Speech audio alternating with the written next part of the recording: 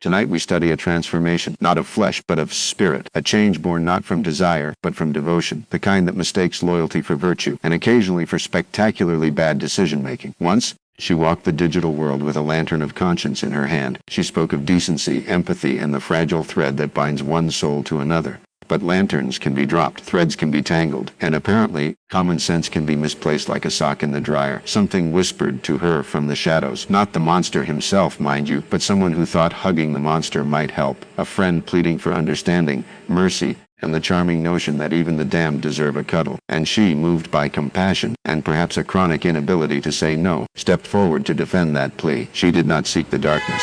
She merely tried to shield someone she loved from its chill. But in standing beside the one reaching for the abyss, she found herself illuminated by its glow, which, as it turns out, is less warm ambiance, and more you've made a terrible mistake. What makes a person confuse kindness with surrender? What unseen force convinces them that empathy can absolve the unforgivable? And why does this revelation always arrive long after the point where backing out gracefully is an option? Tonight, she crosses a threshold where loyalty becomes blindness, where conscience folds like a cheap lawn chair, and in the end, our defender discovered a truth older than time itself, that loyalty, when stretched too far, becomes a rope that binds rather than supports.